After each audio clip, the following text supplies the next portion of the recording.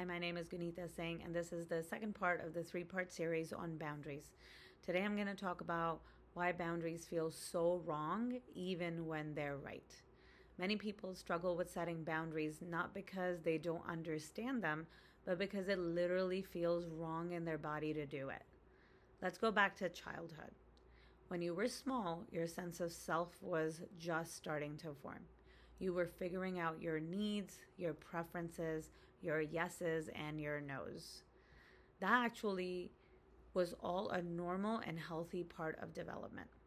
But what happens if your boundaries are regularly crossed emotionally, physically, verbally, or in any other way? Let's say you cried and someone said, "I'll give you something to cry about." You said no, and someone yelled at you or hit you. You tried to express anger or discomfort and were told, "Stop being so dramatic," or "You're being rude." Or maybe it was one of the more subtle ones. You said, "I don't want to give you a hug right now," and you were forced to do it anyway. You said, "That hurt my feelings," and were met with, "You're too sensitive," or "I guess I must just be a terrible parent then." Each of these experiences teaches you my boundaries are dangerous, my boundaries are hurting someone, my boundaries are too much, my needs are too much. If I say how I feel, I'll be punished or abandoned.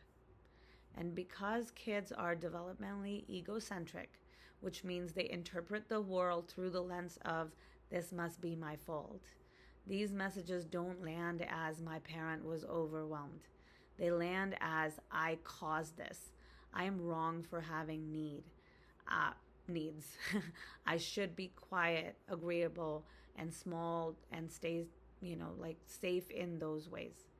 Over time, the system adapts. You start fawning. You people please. You anticipate other people's needs before your own. You silence your truth. You tolerate discomfort in order to avoid conflict. All of this makes perfect sense in the context of what has happened. It was adaptive at the time that you learned all these tools. But as an adult, it becomes really limiting.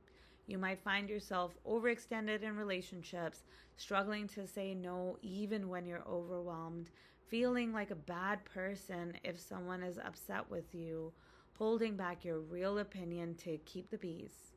So when you try to set a boundary now, your nervous system doesn't say, "Oh yeah, this is healthy and necessary." It says, "Danger, you're about to be rejected." This is not a reflection of reality, it's a reflection of history. And healing means recognizing that fear belongs to that fear belongs to a young version of yourself. You can choose something different now. I hope this helps. I hope you have a good day. Stay tuned for part 3. You take care. Bye.